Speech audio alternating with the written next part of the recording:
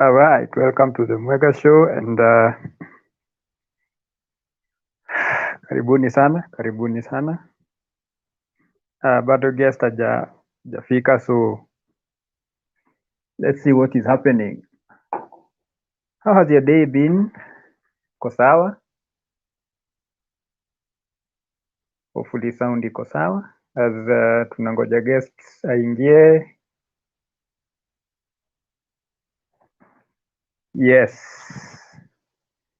karibuni sana, karibuni sana.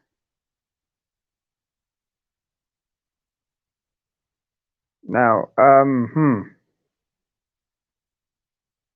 kama kawaida, if you have any question, if you have something to changia the live show, just post it alafu tunaishughulikia quick fast. Okay, let me get people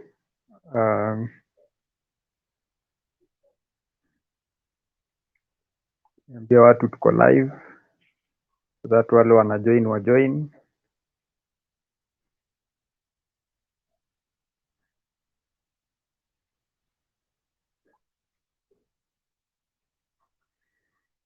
Yes, so leo tunaongelea the role of the husband in parenting and okay, also the role of men in parenting. Ndio, you know, we keep moving this conversation forward. We also get to understand what is happening and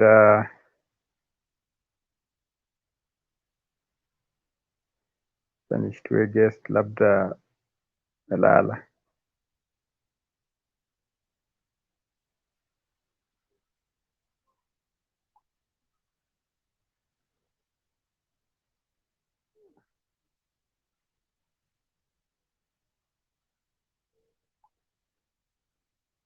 Yes, so the role of husbands, the role of men in parenting. Yeah, na guest amefika, nimuongeze. Yeah, Kolo, karibu sana. Asante. Unanisikia? Yes, nakusikia poa sana. Okay. Yes, how has your day been? My day has been good but mbaya kidogo. What Tulikuwa happened? tunaenda, kuna watu leo walikuwa wanasafiri, wanafaa kuenda a different area so that tomorrow they can start distributing books to schools. So the driver anapigiwa simu hapatikani, so we decided, huyo team leader akasema kuna driver anataka kuita, so akaita driver akasema yeye amefanya driving, akaleta hadi driving license kila kitu, acha aingie kwa gari ya manual. Kutoka tu kwa parking kusonga hivi nje amepita na mtu bwana. Imeleta shida. Amegonga tu lakini hakumumia, aligonga hii mkono. Sasa kijana naye ana feel ni kama mkono imedislocate. Sasa tunajua lazima juu pesa anahitaji pesa, atasema mkono imedislocate. Alafu anajua hii ni organization. Sasa ameleta shida, akapelekwa hosi, akaambiwa hakuna fracture, hakuna nini. Sasa ile ameona hii kesi hakuna mali naenda, tushamwambia pole, akasema basi apatiwe kitu yeye aende akanunue hata chakula akule, juu hajakula nini, tukampatia 5k at least hiyo story kaisha. But sasa inabidi tutafute sasa driver mwingine, at least wameshaenda field, wamefika, so kesho wataanza kazi, but I had stress but tumeisort. Lazima watu wakule. People have only to realize huyo driver alikuwa best ya team leader, kumbe alileta mtu wake, mtu ata benefit. Kaambia imekupita. Wow. Anyway, that this is the life we live in and so karibu sana kwa show. And, thank you. Sasa I think tuingie tu kwa discussion tu immediate. Huku kwangu hakuna stima, so thankfully situmii kamera. Okay. No wonder it's not ile clear sana but nakusikia vizuri. Yeah. So niko kwa phone and Veronica, karibu sana. welcome to the live Sunday live chat unscripted, the role of husbands / men in parenting. So let's get straight into it. Kolo, Mm. what would Yeah. you say is the primary role of a man in terms of parenting in his children? Of course, parenting ni awatoi. In terms of parenting his children, what are your thoughts? The main kwangu is just being there, being available. I think being available because kuna wakati unaweza enda nyumbani juu umekawia mahali bila kuona watoto waanze kukuita uncle. So being available just is you need to take a vow as a husband to be there for your kids. Could be physically, but sometimes your job unapata uko mbali, but can you make contact with your kids? Can you call? Can you video call? Can you just have this touch? Because kids identify a lot when they hear from you, when they see a lot of things from you, when they listen at you, whatever things they are going through, whatever you can give as your input. So I think the major, I know there are many, but I think the major one could be availability. Availability just beats every other role of being a husband or a father. Okay, thank you very much. I think that makes so much sense because a man has to, in terms of playing his other roles, because he's not only a father, he's also a husband, and as a man, you have primary roles you're playing within the family, and some of those roles might not allow you to be always available in terms of the physicality.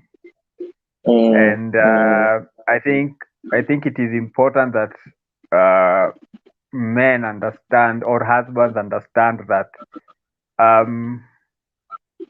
sometimes you have to choose between being there physically and providing for them a comfortable life. Like, you have to prioritize one of those things, because at the end of the day, there is no need of you being there listening to your children crying because of hunger. Like, what are you doing?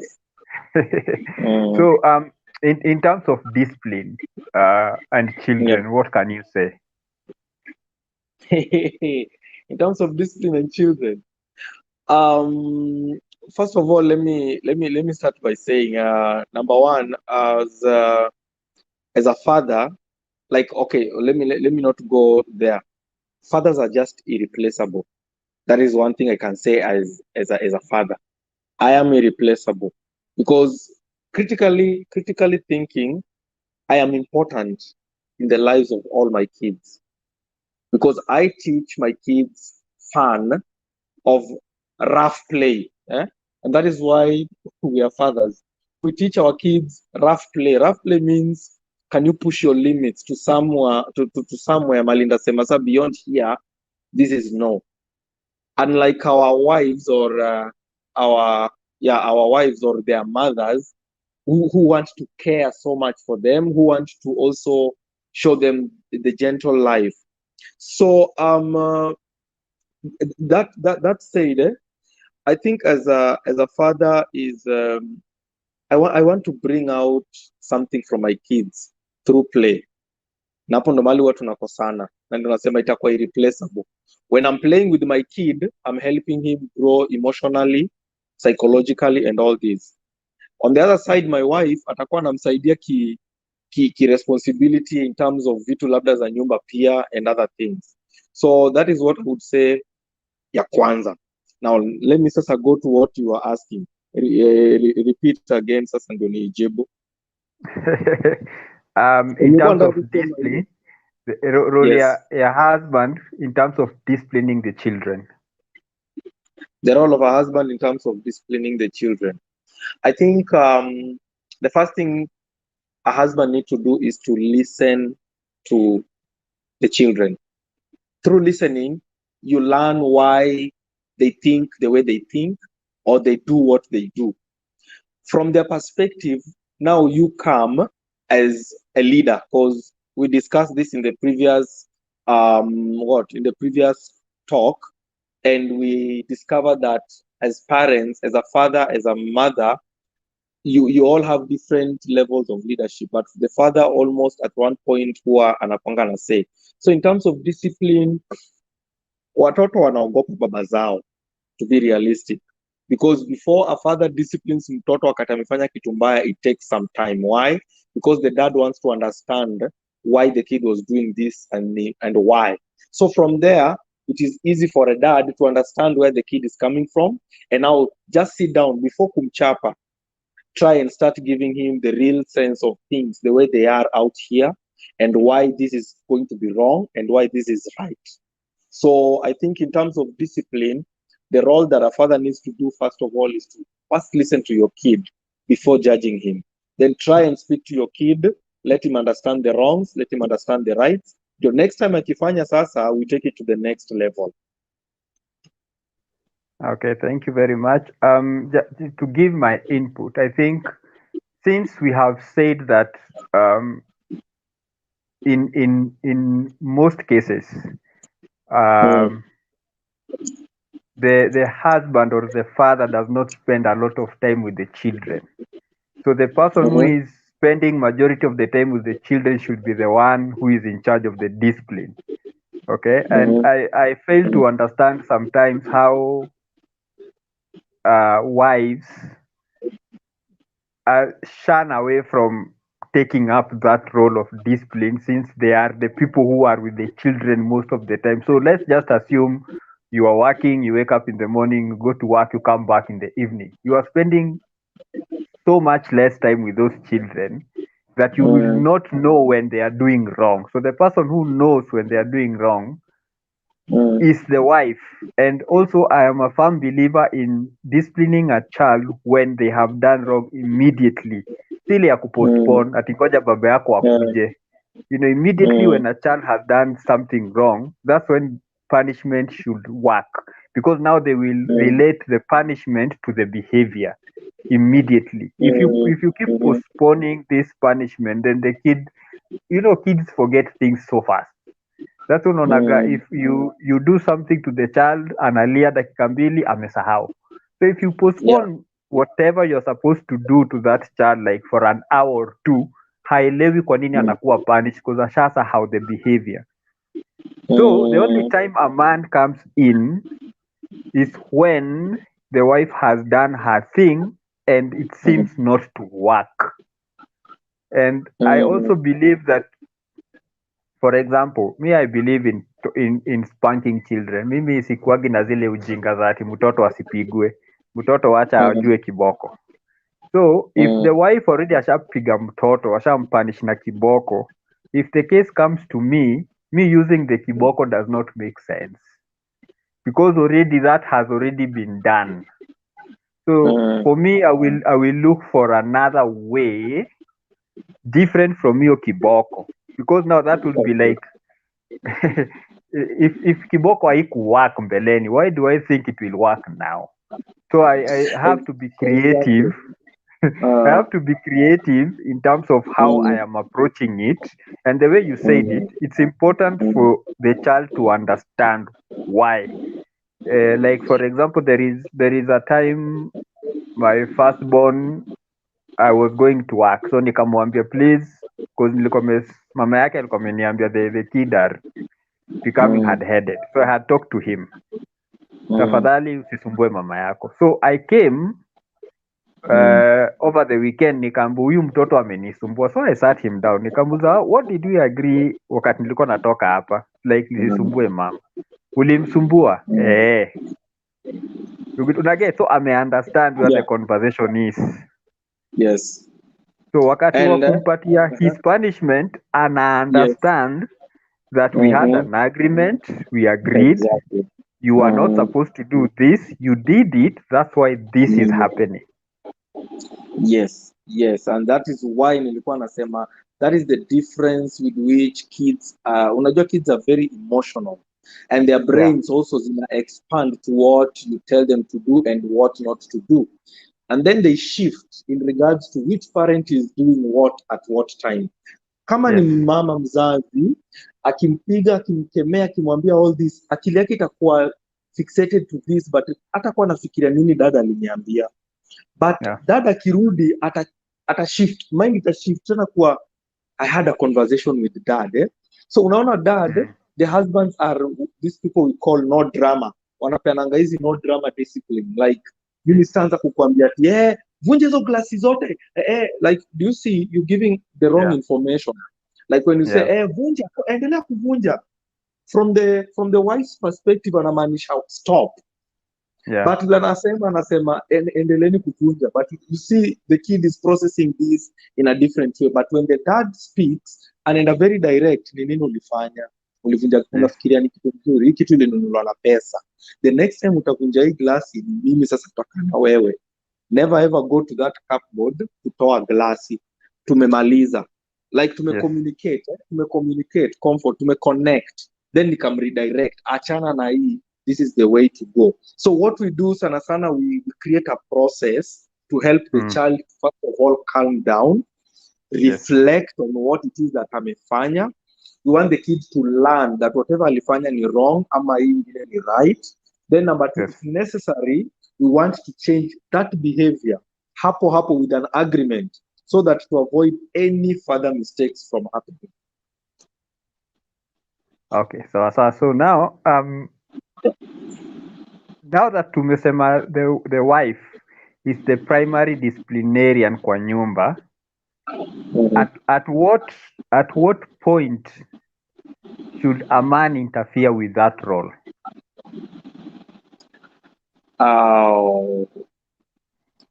Now there are two ways.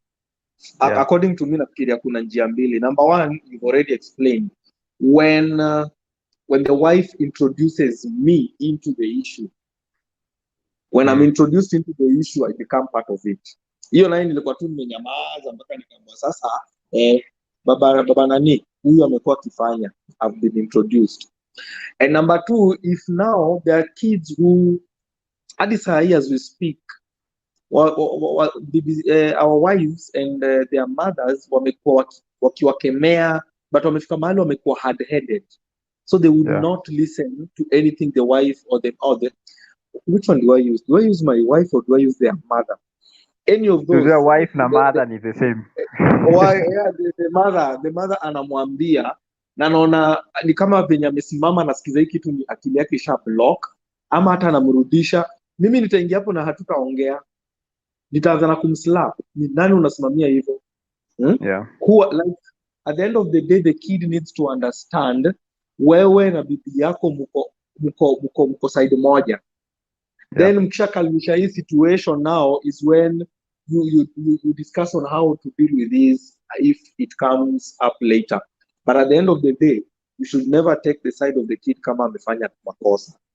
Wakati anazijibishana na mama yake, you start by first of all kumslap ndio atulie. That is me, mimi ndafanya hivyo. Siambii baba mwingine huko nje afanye, but me I would do that. Hatuna hizo law za kuniambia hapa siwezi piga mtoto wangu. Nitamdiscipline. So at that point I will intervene, but in a way that at least itakalmi situation kwanza tunaanza kuongea na yeye. I remember there is a time, wakati watoto when I was an adolescent, wakati I was thinking that mimi niko na nguvu sana and everything, and my mom wanted to give me a beating. So the way and budangu alikuwa amekaa tu chini.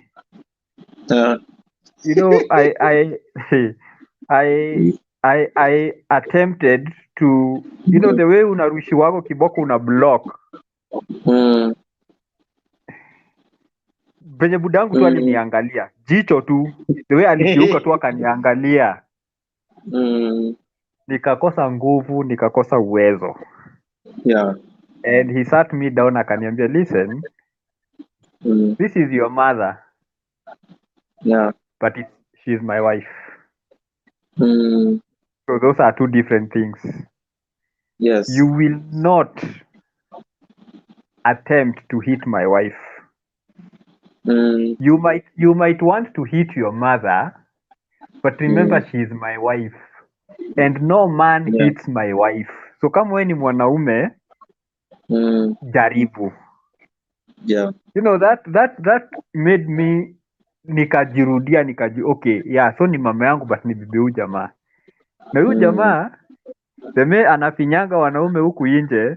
If I attempt to mess with my mother, So anaweza Yeah. sahau yeye ni mama yangu adili na mimi as somebody mwenye ana mess na bibi yake. Yes. Yes. So if especially boy children, when they get to some age, which I think at that point kulikuwa na a bit of a problem, which I will not expose my son to, because I think for sons, when they get to a certain age, then there should be a transition from who is the primary disciplinarian, itoke kwa mama ikuje kwa baba. Yeah. Because now also we need to understand that this boy now is growing into a man. He needs now to get into the space of men and to be disciplined by a man. You know, mwanaume, we are not going to take kiboko at unikupige. That's not how we deal with as men. So when you get to men, it's either we are talking and having a dialogue, or unakula makofi, one or the other. And most of the time inaanzaga na I talk to you, and then nikiona, you know, like the way adolescents wanakuganako ka feeling ka to mother or mother, that's when sasa slaps zinatembea. And then you realize like, god damn, I'm dealing with a man here, huyu siwezi kunja ngumi na yeye. You know, so but when it's a mother, wakati anakuwekelea kiboko, you block, anapi. I remember there is a time my mom, like I think I was in form 2 or form 3, aliniwekelea nyahunyo tu kaa nimemwangalia tu hivi, unaona, like you're not block, you're not doing anything, unamwangalia tu like wondering, okay, huyu mama anadu. Yani it is painful physically vile anakupiga, but that's not the pain that inakuuma, ni pain ya why is she disrespecting me this much. Hii ni kitu angeniongelesha ningesikia, why is she doing this. And from that point mama yangu akakuja tu akaambia budangu, huyu sasa nimekuachia, because kiboko hasikii. It had to get to that point, I realized that okay, this is a man now because I can't defend myself because she's my mom and somebody's wife. Now I have to let her do her thing until I realize like this is not working anymore. And I think also for girls, because I think girls get to a point where they start competing with their mothers. You know, boys, we never compete with our fathers.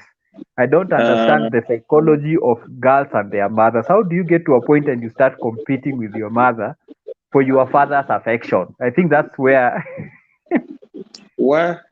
and now you have a girl child. Where now? Hiyo sasa, when it reaches at that point now, it always hapo inakuwa ngumu. I don't know how it become inajiletanga tu dem anaanza kujipima na madhake. It doesn't make sense. I don't know, ama anaona haezi gongwa. But for boys, even me, I hardened because nilikuwa inafika mahali my dad would be like, nitawachapa nyinyi wote, like you see nakosana na sister yangu, but to my dad is like, you're supposed to be an example to your sister. So ukigombana naye, you're even giving her more power kuendelea kugombana na any man uko nje. Sasa since mnagombana, gombaneni, mwenye atashinda mwingine mwanze kupigana na apigwe na alie, nitamchapa. So akatuambia sasa pimaneni nguvu. Sistangu alinipiga ile ya ukweli, na nikaona yenyewe to some extent akona nguvu kuniliko, ni mkubwa wangu, but why was I raising my voice to her? So I don't know at what extent ikifika dema anaanza kuongelesha madhaki huwa anafikiria nini. And for boys, I had a colleague of mine mwenye beshte yangu alikuwa mwalimu, na wanafunzi alikuwa akimsumbua, alikuwa anafunza boys school. Alikuwa anamchukua anampeleka kwa room fulani inaitwa chamber, anamfungia ndani, anaenda anamaliza lesson. Akimaliza lessons anaacha vitabu kwa class, anaenda anaingia kwa hiyo chamber, wanajifungia ndani. It will take over 20 minutes, you will not know what happened, but ikifunguliwa kijana amehumble, amerudi class, but the guy changed. But this guy, my friend, hajawahi niambia ni nini wanafanya huko. So kama wanapigananga mangumi, yeye anajua, but there's that connection. For the ladies, I think if we were going to have a session, because I don't want to talk about for the ladies, if we are going to have a session in one of the Mwega's show about our daughters and our mothers, the Yes. interlink between roles and how they grow up, the effect that the mothers have on their daughters. I think this is going to be Yes. one of the sessions would really want many people and a lot of women to engage in, so that we can also Yeah. understand in our perspective as men. Alafu, so now my question is, now that some of us have daughters, so Mm, what will, because me, I believe in anticipating, having options and thinking about mm, things as early as possible. So mm, what as a father, as a father sasa, how will mm, you approach a daughter now who has gotten to the point where mm, you as a man, you can clearly see that what she's doing, si, mm, inakwaga first ni kudharau mama yake, alafu secondly is to compete with mm. the mother for your affection, because that's where the problem starts. I want my dad to love me more than he loves my mom. Oh, wow. We've had, especially in Kenya, one thing I can say, we've had very bad examples of the consequences of the relation between father and daughter. It has not been one of the best Yes. because of the extent to which the daughter becomes attached to the father. Yeah. Oh my goodness. You see, fathers have this tendency, and I will say this is just a perception, and I think mtu anaweza mwenye anasikiza atasema hii Mm. ni inaitangwa nini, ni stereotypical Yeah. of how our wives or our daughters' mothers are, Mm. in terms of their characteristics na vitu zenye wanafanya as opposed to Yeah. the fathers. Yeah. Before a father speaks to the daughter, it takes time. Venye tu nimesema, Yeah. we have a sequence, and I think this goes to all men. Tunakwanga na sequence ya venye tuta approach kitu. For Yeah. the wives, I don't know, yao inakwanga ime happen saa hii ameanza kudeal nayo pap, and it's not moderated in a way. Anaanzanga na the anger yenye amefeel kwanza before akae chini Mm. na yeye aongee, whereas to the Yeah. men we start with kuuliza maswali kwanza before sasa tuweke judgment. Yes. You know, adolescents tend to feel emotionally closer to their mothers Yeah. than to their Yes. fathers. Adolescents Yes. wanted, be it mothers, be it boys or girls. Yeah. And mothers tend to have some kind of supportive conversation juu anajua watu Yeah. wana grow. Baba sasa hiyo hajaingilia story, yeye anangojanga Yeah. ku involve aitwe aingilie kwa story.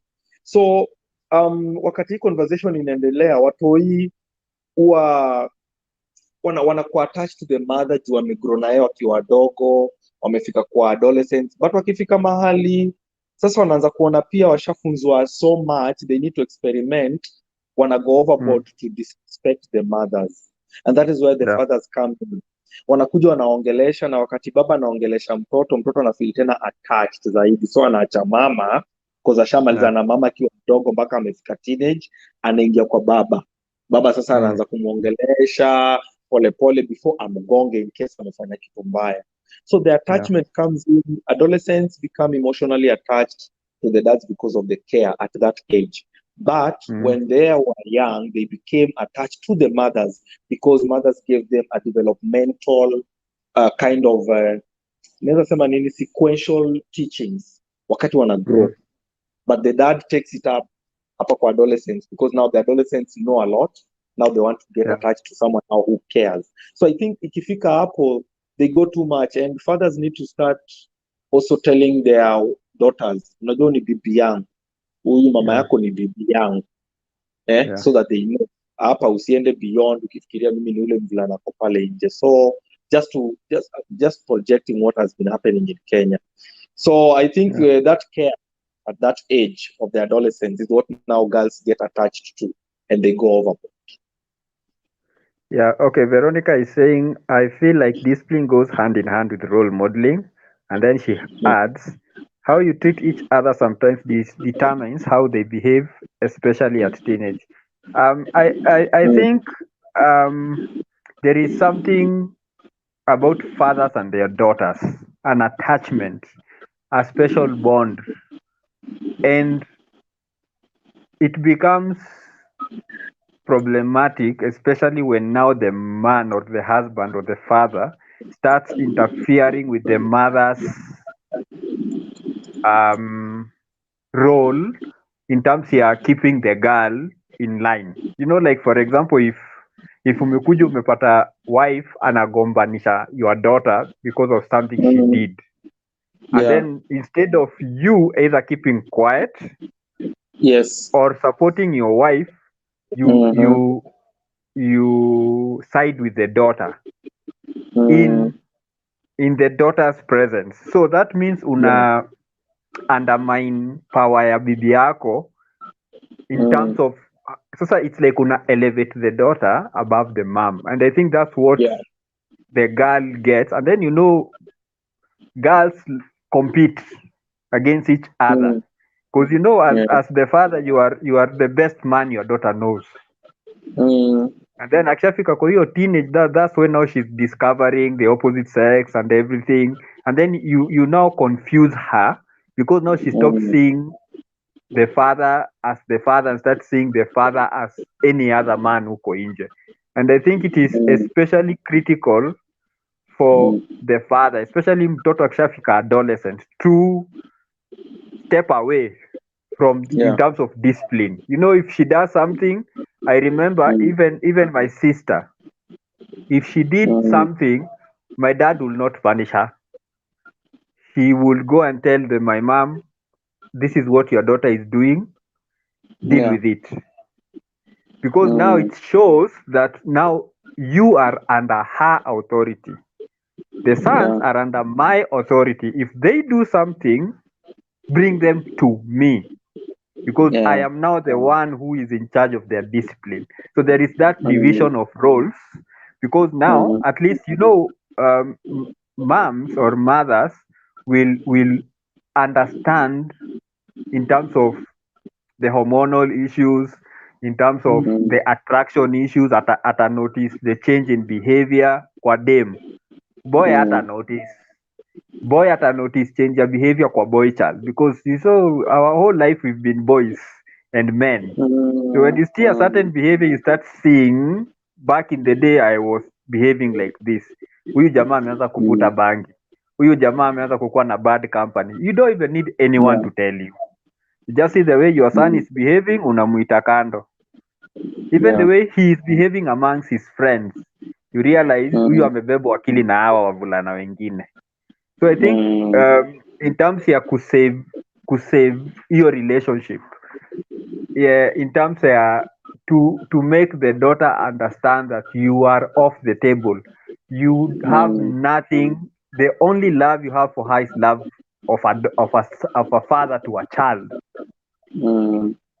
And that's why you say that's why sometimes you see people, and I think this is a Western thing, where you see pictures of fathers kissing their daughters in the mouth, and it disgusts me, because that is a very very very, haijalishi kama your daughter ni 1 year, 6 months, 18 years, 17, the mouth is not somewhere where a father should, the mouth of a child is not somewhere where a parent should put their mouth in, unless ana feed mtoto.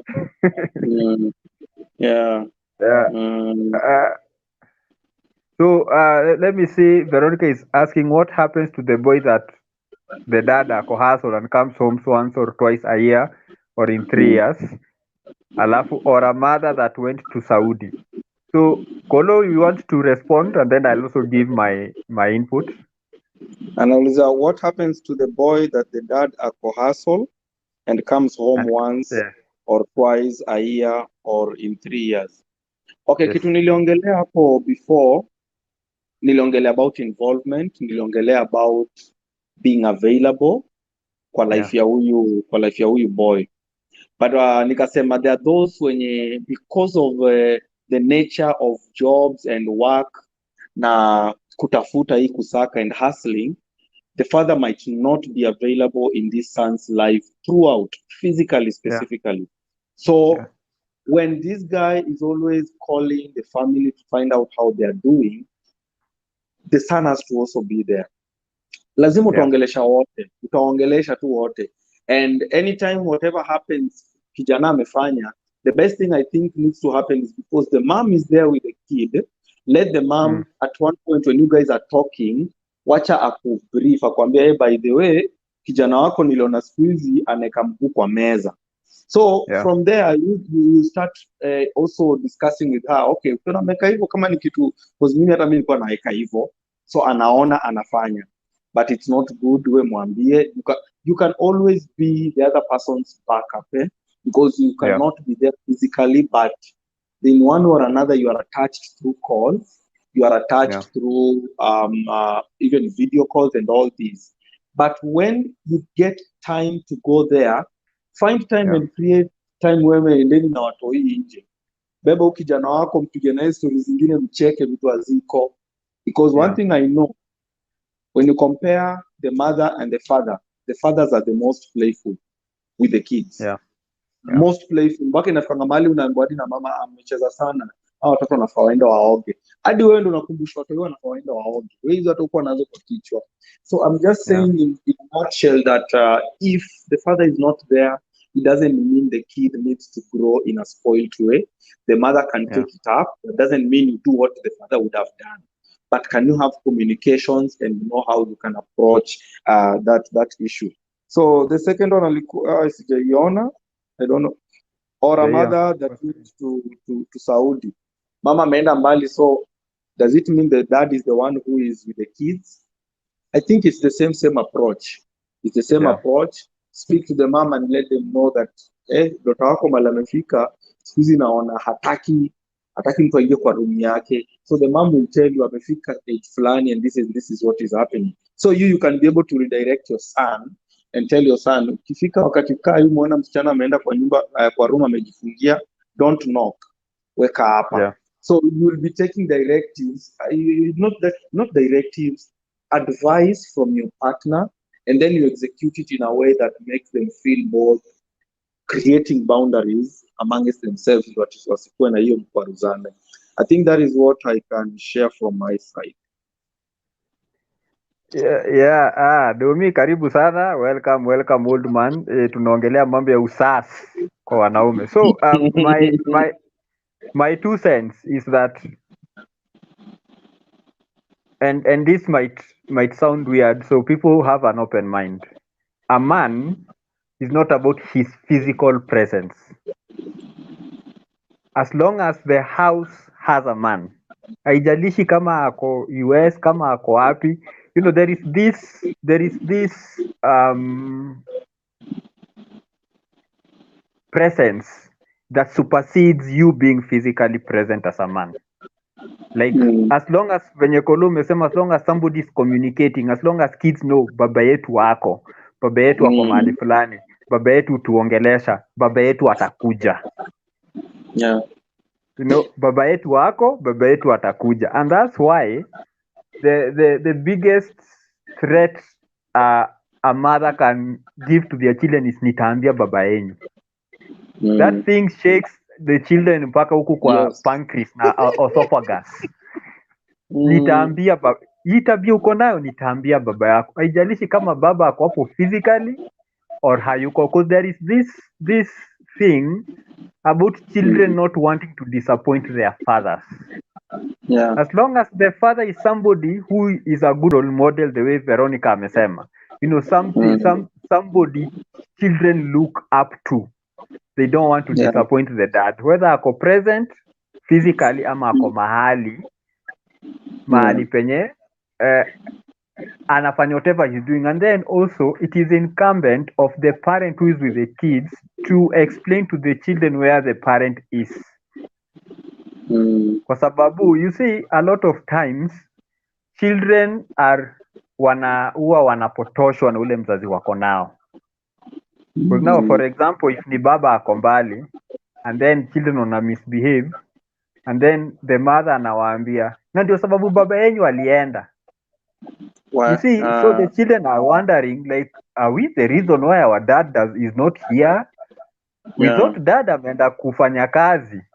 So it gets confusing, ina confuse watoto. Or hauna akili kama baba yako, ndio sababu unaona ako kwenye yako hata apigagi simu. And now you see already kuna hiyo ni ku undermine the other person because hawako present. Get? Or the husband because yeye ndiye akona watoto anawaambia, hata mama yenyu angeweza kukaa hapa, aliona pesa ni muhimu kuwashinda. Now what are you telling your kids? So the kids are not misbehaving because they are bad children. It's because the parent mwenye wako na yeye hana adabu, ni mannerless, hana akili. Okay? As long as the parent is positive about the other parent who is not present, and also, you know, kuna kwa na those two remarks ama comments za baba yako unajua baba yako apendi hiyo tabia. It reminds the kids that the father is ako kwa hiyo nyumba, although hayuko like physically hapo. So it's about also, like you say, when you are doing your video call, it's like, Louise ka hapa, Baba Louise, this is what Louise has been doing in his presence. And then now as a father unauza Louise, is that the case? Then Louise anasema hapana, unajua mama ananionea. So unaambia tuachane na mambo ya kukuonea. The question is, hiyo kitu amesema ni ukweli? Now you are giving the son the opportunity to give his side of the story. His side of the story, exactly. Hapo hivi in the presence of the mom. And then now if the behavior is what was wrong, then you tell the child, do you think what you did was okay? Then of course atanyamaza on, that was wrong. Alafu unamwambia, okay, now what unafikiria ukifanya hivyo mama yako anasikiaje? So now what would you want your mom to do now that una behave hivyo? So unampatia hiyo nini ya self reflection, and if the behavior is not what was wrong, it is the mother's perception or perception ya hiyo behavior, then now you explain to your mother why you did what you did, because now maybe the issue yake ni mimi hata mama kunipatia time ya kujiexplain, because parents sometimes they don't give you time kujiexplain. So now unamwambia, okay, now you have the time, explain to her what you are doing and why you are doing it. So hiyo pia ni lesson to the wife that sometimes give the children time ya kujiexplain, so that especially wakishafika teenage and when they are growing up, there is a reason why they are doing what they are doing. Now once you get that reason and you realize ni reason ya ujinga, ama hiyo time hiyo mvulana anajiexplain, hata realize, when you verbalize some things you realize that was very stupid. Utaona ameongea sauti imepotea, and then explain vizuri, you have the opportunity to explain, then ana realize yeye ndio mshenzi. Utaona amenyamaza, and then unamwambia, now do you think what you did was okay? So your mom did not mistake, anajua nini aliona, and you may understand aliona aje. So Belinda is saying on daughter mother attention competition. I think in some cases it's initiated when dads are easy on their daughters than mother, in a manner that permits the girl to learn to manipulate their dad against their mothers. Yes, this is very true. The children learn, not only daughters, even sons. When they realize they can play one parent against the other, they will run circles around you. Veronica is saying, I feel like you can't have the cake and still eat it. Like, we appreciate that a man has to look for money and so on, but is it possible for the father to identify a father figure for the son? Now the question inakuaga, and this, let me just go first. Why are you looking for a father figure and the child has a father? That is called confusing the child. Because the way I'm raising my children is different from the way, Kolo, you are raising your children. The way the father figure I've cut for my kids is different from the way the father figure you have cut for your kids. So when you introduce a father figure for a children with a father, then that confuses children, because now which father will they listen to? Yeah. Because for example, if mimi ni father wa kiboko na wewe ni father wa kuongea, then if I am the biological father, then my children are like, but afadhali Kolo angekuwa baba yangu. That now undermines the father. It's like saying get a mother figure for your children. It confuses the kids. I'm not saying that children should not have role models huku nje, like big brother, but father figure. Wacha kama mtoto ako na baba, let the father be the one raising the because we can't have the cake and eat it too, like venye Vero amesema. And the reason why somebody ako huko nje is because of these children, not because of our stomach. Tumbo zetu haziwezi fanya tuende Qatar, tumbo zetu haziwezi fanya tuende Saudi kutafuta kazi na US. We survive. We can survive with even 200 shillings a week.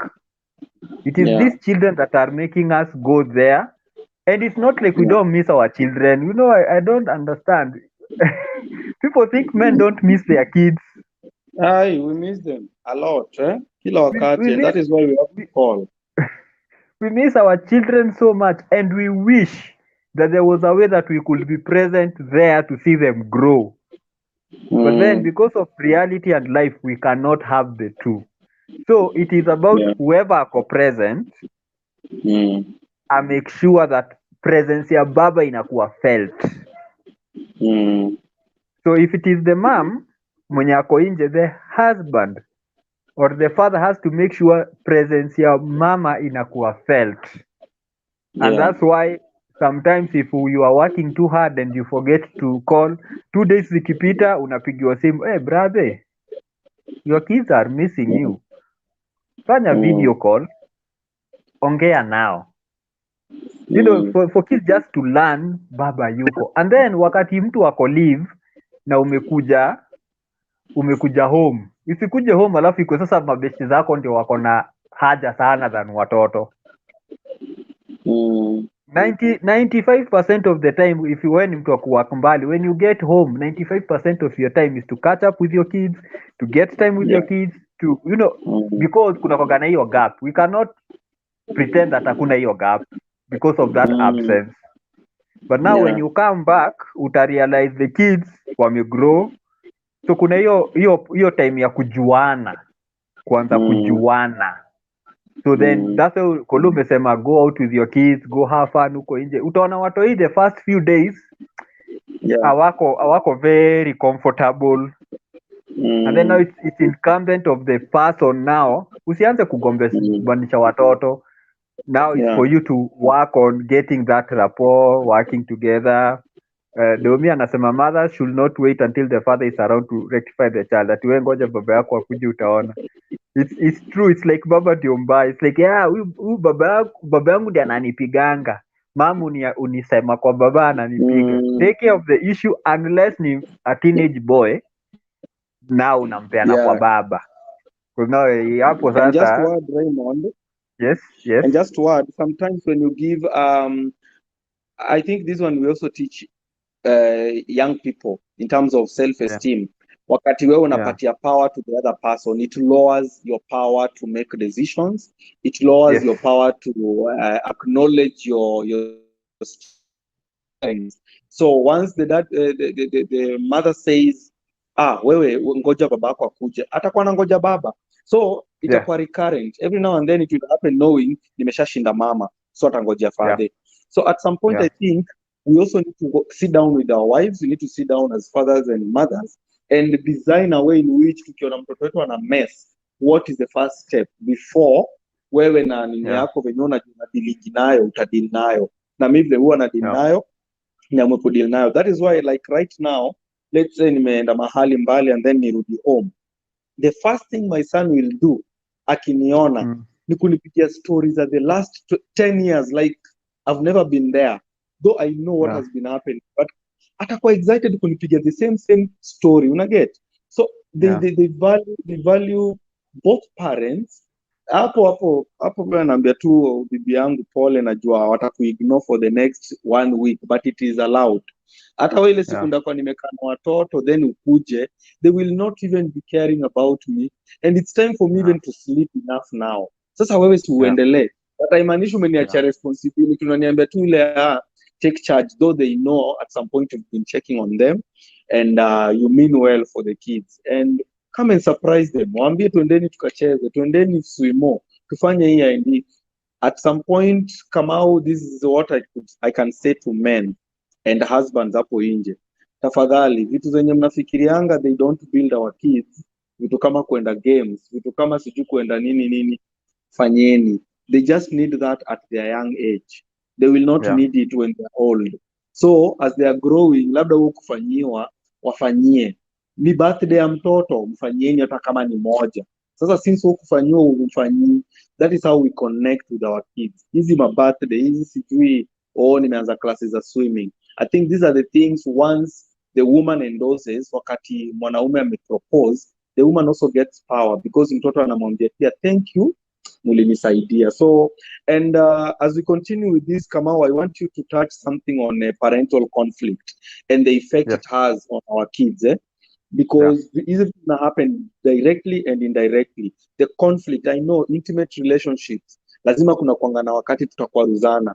At what point do we need to really care about our kids' feelings to not showcase the kind of relationship we have towards others? Because that is what will give the kids an idea that mama ndio mzuri sio baba, ama baba ndio mzuri kwa hii issue sio mama, in terms of the conflict that we always have as parents. Yes. Okay, Vero anasema delete the word father figure.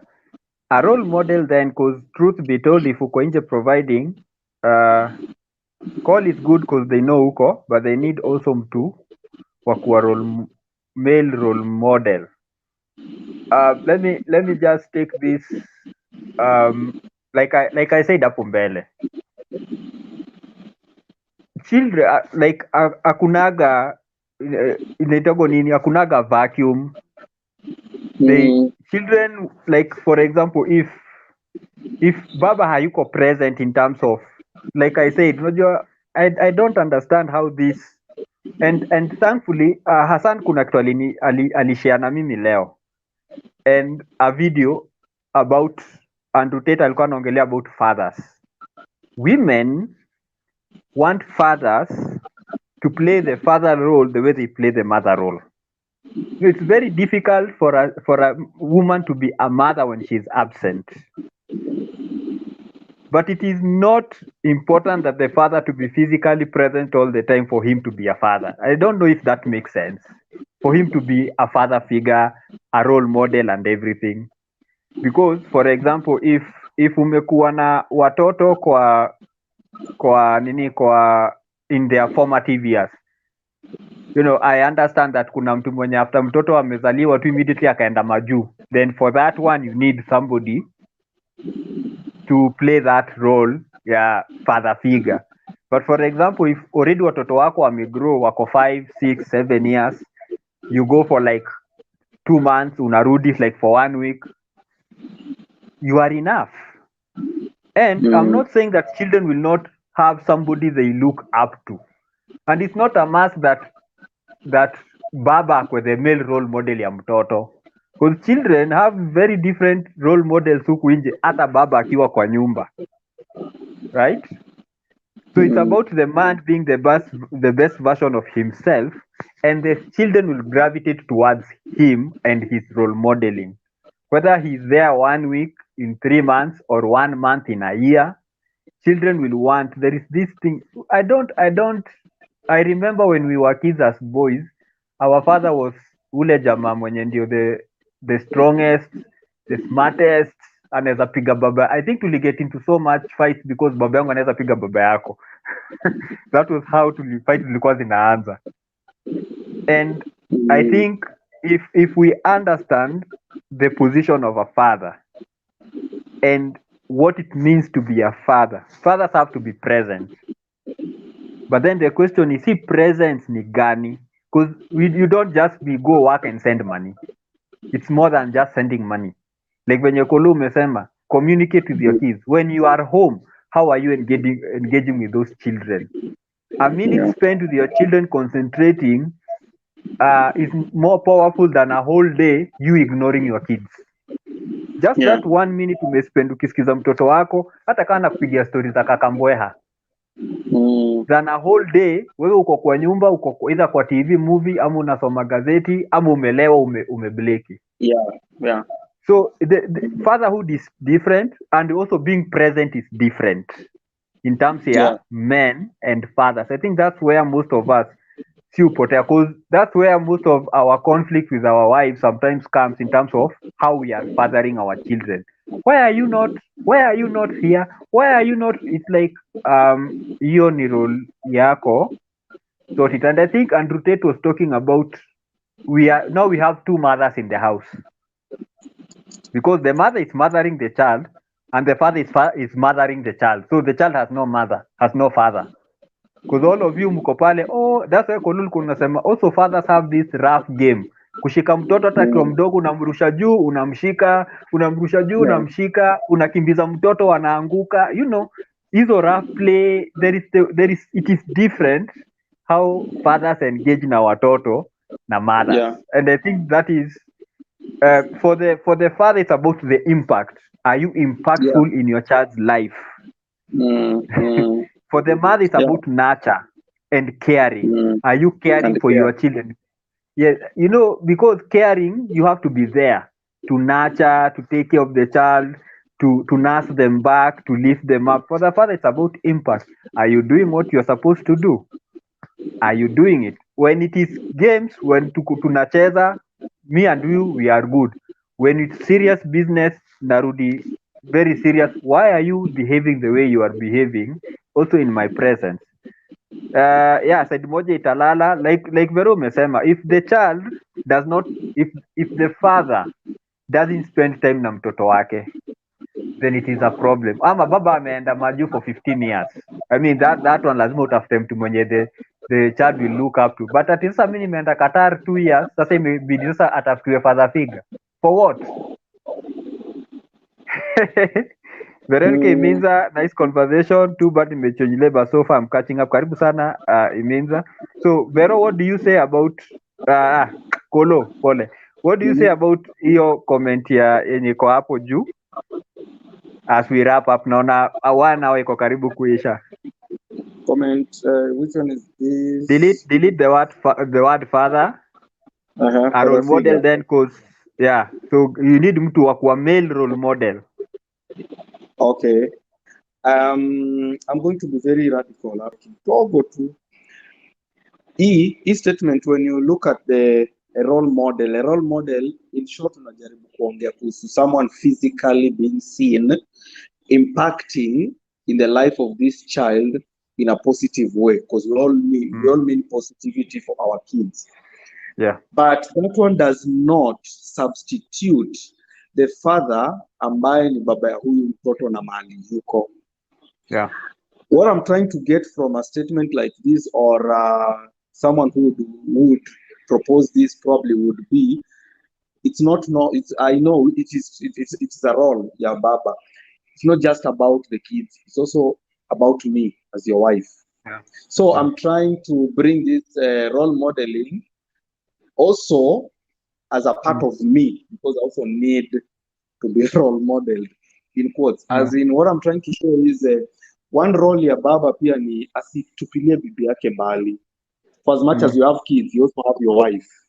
So kama tunaongelea role model na baba hayuko, and you need someone else to act as a role model, definitely this person will take more than just the role model to the son, and also be a shoulder to lean on to the wife. That's what I'm saying. I'm a little bit, I'm a father and I know. Yes. So hii ikibadilishwa, serikali ikibadilishwa kwa mtoto, kwani possibility ya kubadilishwa kwa bibi itakosekana? Itakuwa. So we can never substitute the father role to mtoto, whether physically ama kombali, but at some point when he shows up, he makes some impact to this kid. So I'm not disputing the comment, but I'm just giving this. Never substitute that, because in future things will change. vitu zitabadilika na utashindwa kuongea, utashindwa kuexplain, and this will have confused this kid vibaya sana. And I really hope guys who are listening, and to any other person who will get to listen to this even if it is not live, please, kama wewe ni mzazi ambaye unaambia watoto wako ati mzazi wako baba yako ama mamako alikufa ama alikuacha just because hayuko hapo karibu, wacha. Don't take it to that extent. This is happening a lot because huyu mtu hayuko physically at that point, but don't do that because umejam, you're reacting from the anger but not thinking about the well-being of this kid. So that is just what I can share about this role modeling. Wacha ule mzazi ambaye yuko mbali atafute time ya venye atamingo na watoto online, akikuja atawatafuta na mtaenda mahali, but kama hayuko, don't substitute his responsibilities to someone else just because you need that role modeling figure around. Sawa. And kuna swali kumuuliza I needed to respond to, and thanks Domi because hii comment yako imenikumbusha. We should separate the wife husband issue to mother father issue. Sometimes when uko na issues na kama uko mute ama uniski na naona ina take kwa system. Unanisikia sahi? Kolo. Wale mnasikiza, mnanisikia? Wale wengine tuko ama ni mimi sikusikia? Because mimi nakusikia and I'm asking watu wengine if they are, cause naona the nini ina pick audio. The software ina pick audio. Guys, can you hear me? Sahi unanisikia?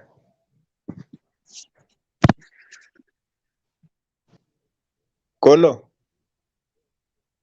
Wa. Nasikika. So Kolo, I think where your side ndiko na issues. Domi is saying we should separate the wife husband issue to mother father issue. Sometimes when uko na issue and your couple, we intend to reflect the same to our kids. Imagine when you have separated and you don't want this person anymore, you even hate the person na watu wanafanya the other couple. It's true. So Kolo kumuuliza what is my take about issues za bwana na bibi. I can't hear you. Sijui ama mimi ndo niko na shida. Wewe ndio uko na shida cause Vera anasema nasikika. Now let me post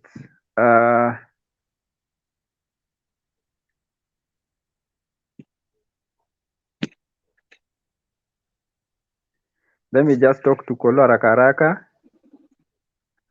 Speaker setting.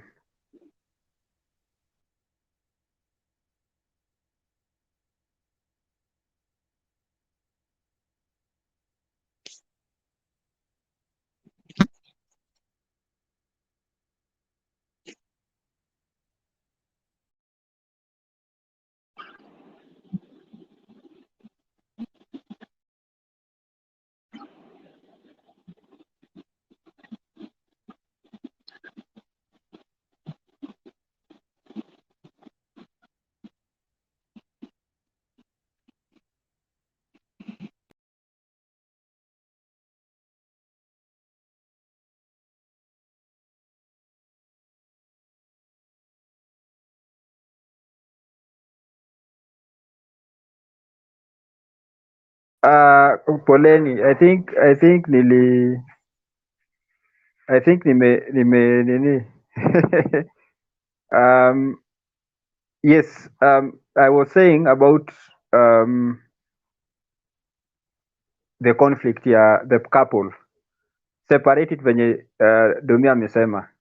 When you mmekwaruzana na bibi ama bibi na bwana wamekwaruzana, number one, don't fight in the presence of your kids.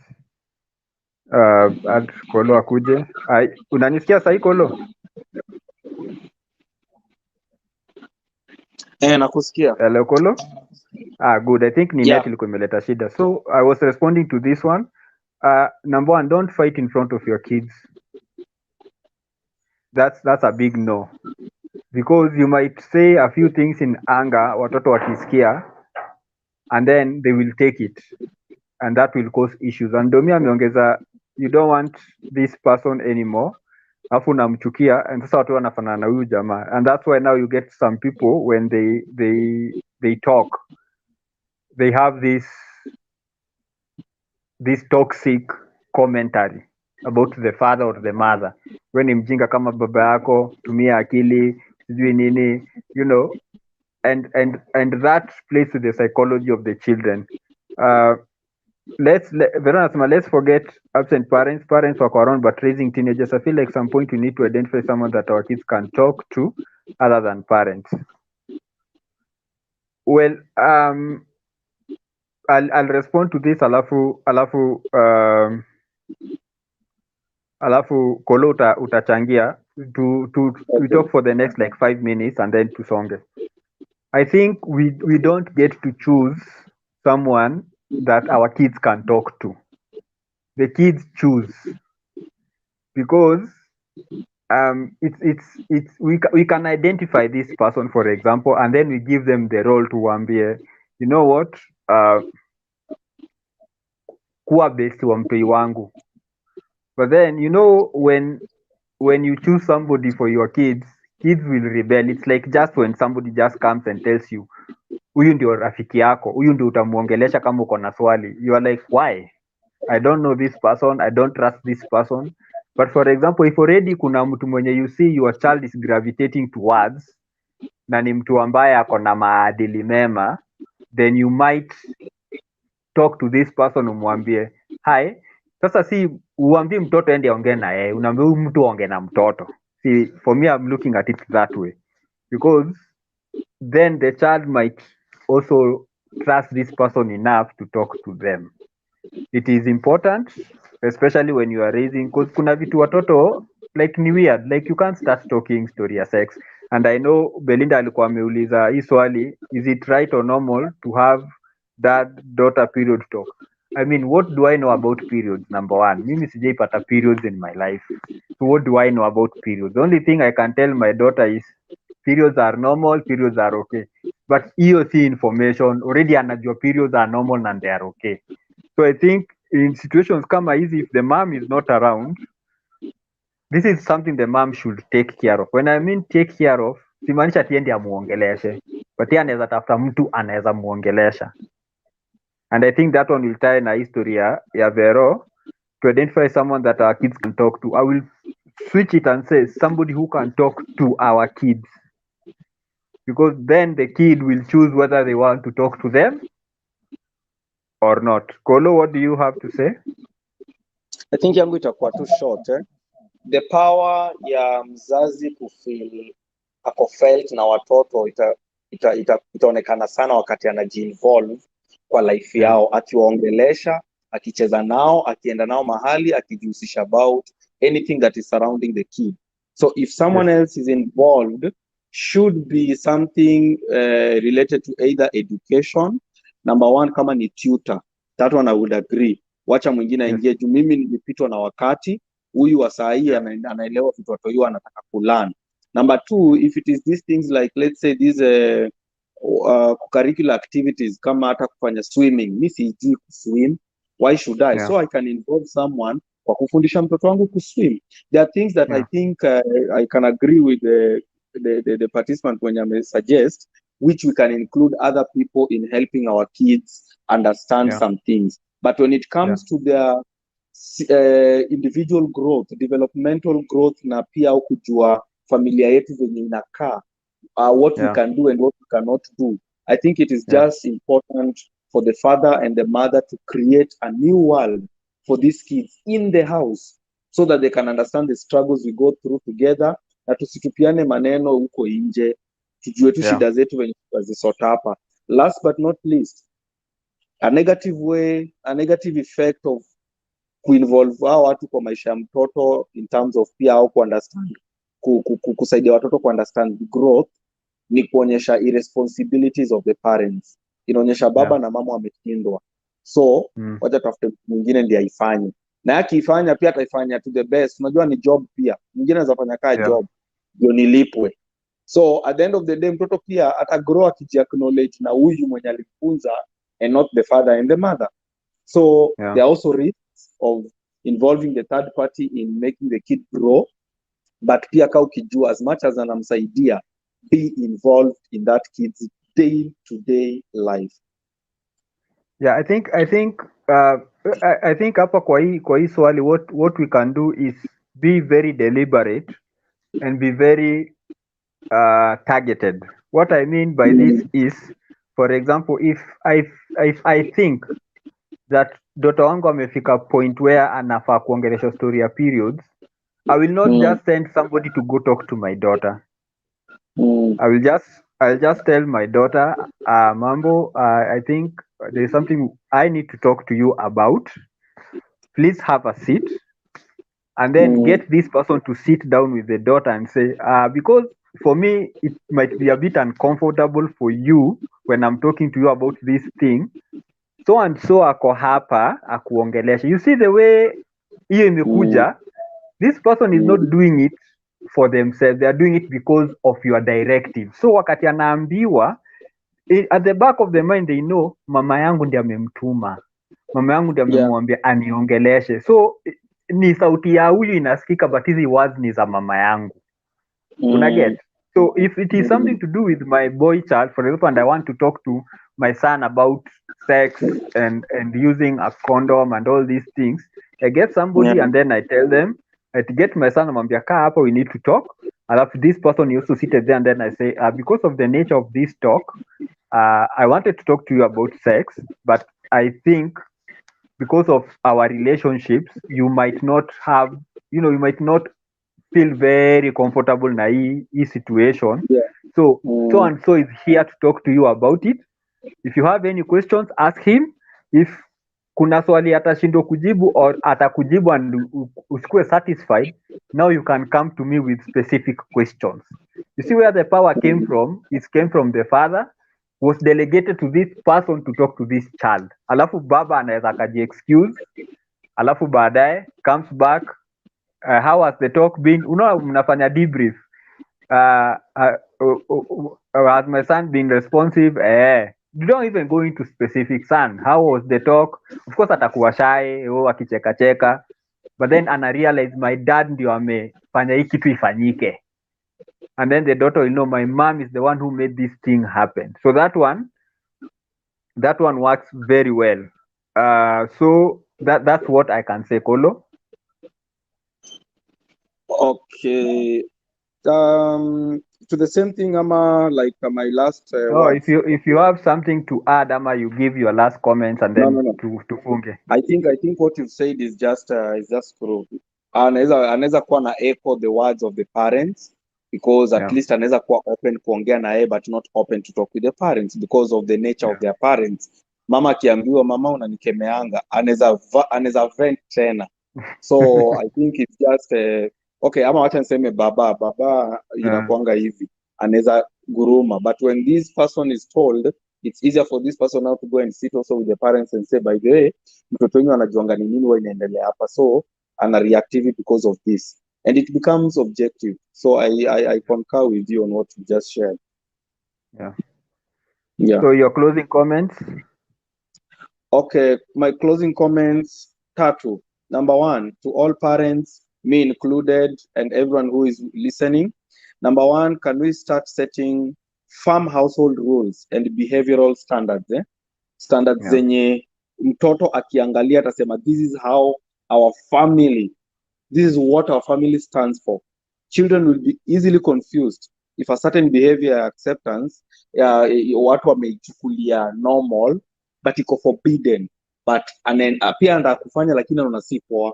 So can we set this straight from the onset, wakati watoto wana grow, this is how it is, and let's tell our kids ukweli, kama hatujiwezi, so tusiseme tutawanunulia video game na hatuna hiyo pesa hata ya kualisha. Let's set these standards mapema, both behavioral and also in terms of the asset acquisition yenye tuko nao, uwezo wetu, wacha tuweze kuambia watoto wetu ukweli. Number two, let's set boundaries for the ways our kids treat us.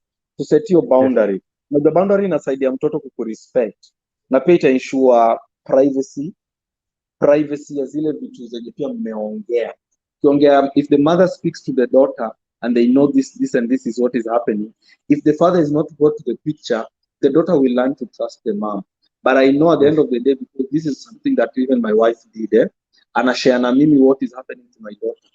But I will not go direct with my daughter and I say, by then nilisikia. Yeah. No.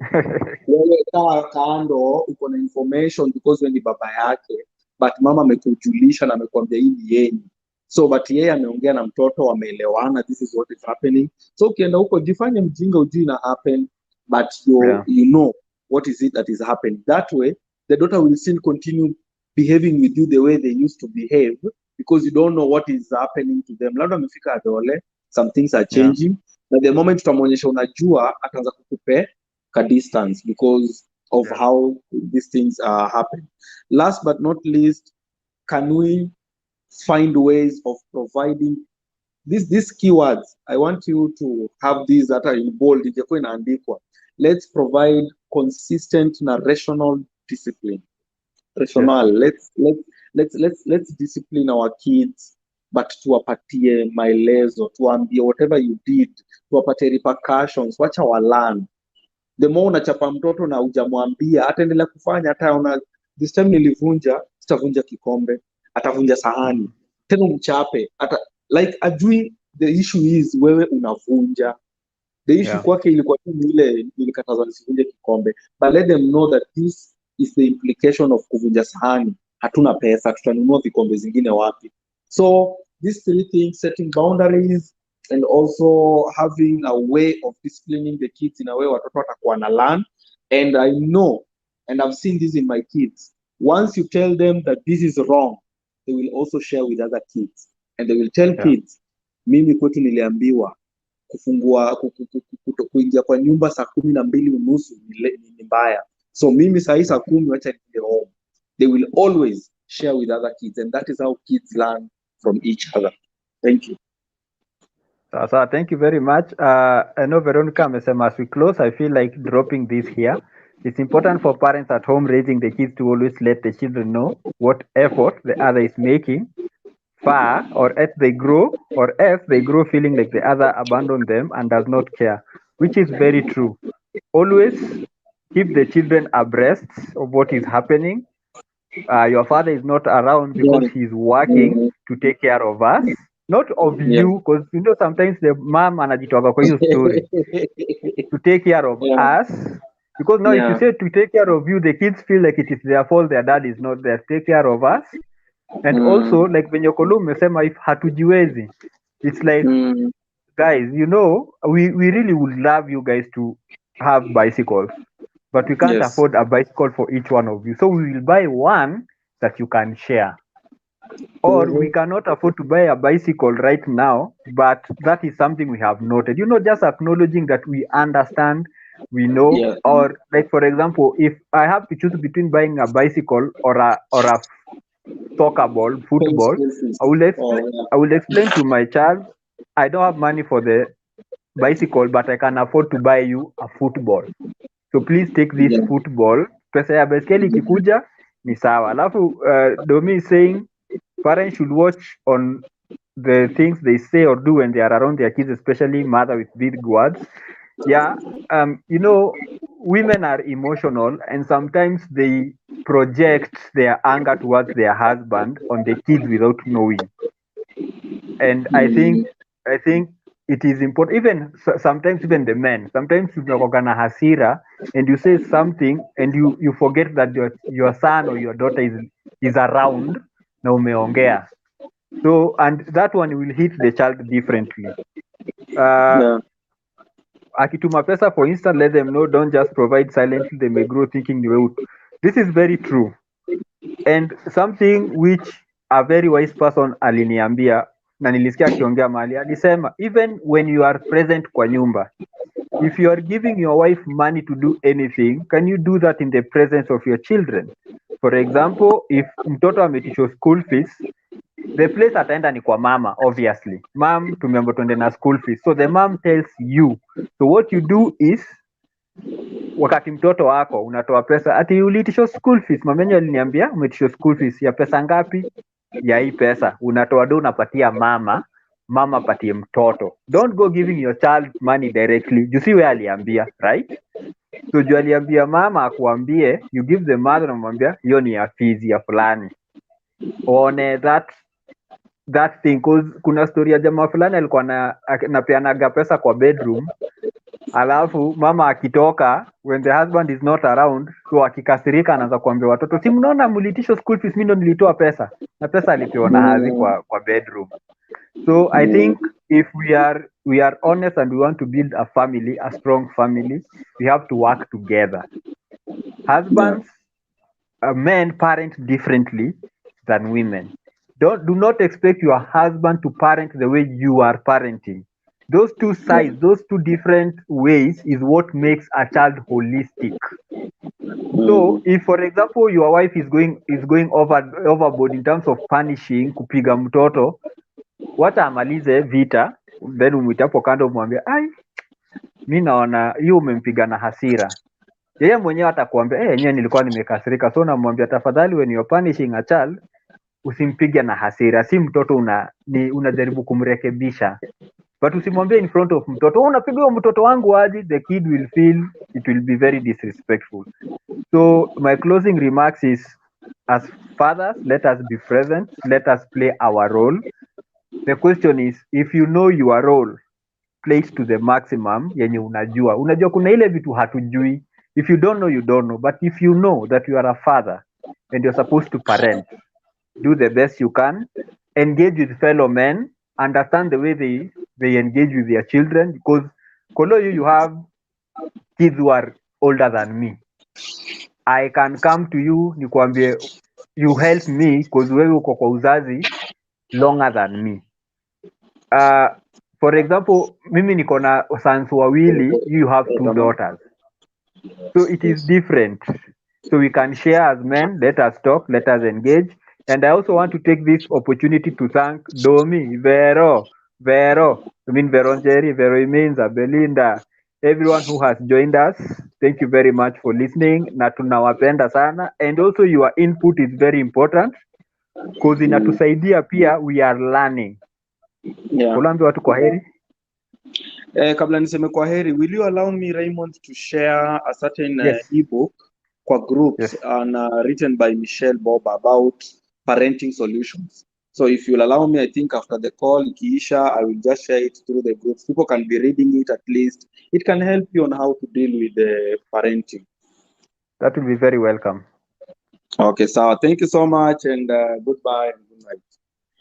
Asanteni wale wametujoin, and tunawapenda sana. Kwaherini, tuonane next Sunday. And as always, if you want us to cover something, and also tupatane huko kwa inbox, because I'm thinking that we should also get one of these sessions where if somebody wants to come and also participate, si kwa chat too, but on the forum, on the platform, that we can share the link. Somebody comes and share, alafu ana left, mwingine anakuja. I think that one can work. So if you think that is something that would interest you, tupatane inbox tuongea. Asanteni sana and good night. Have a very beautiful week.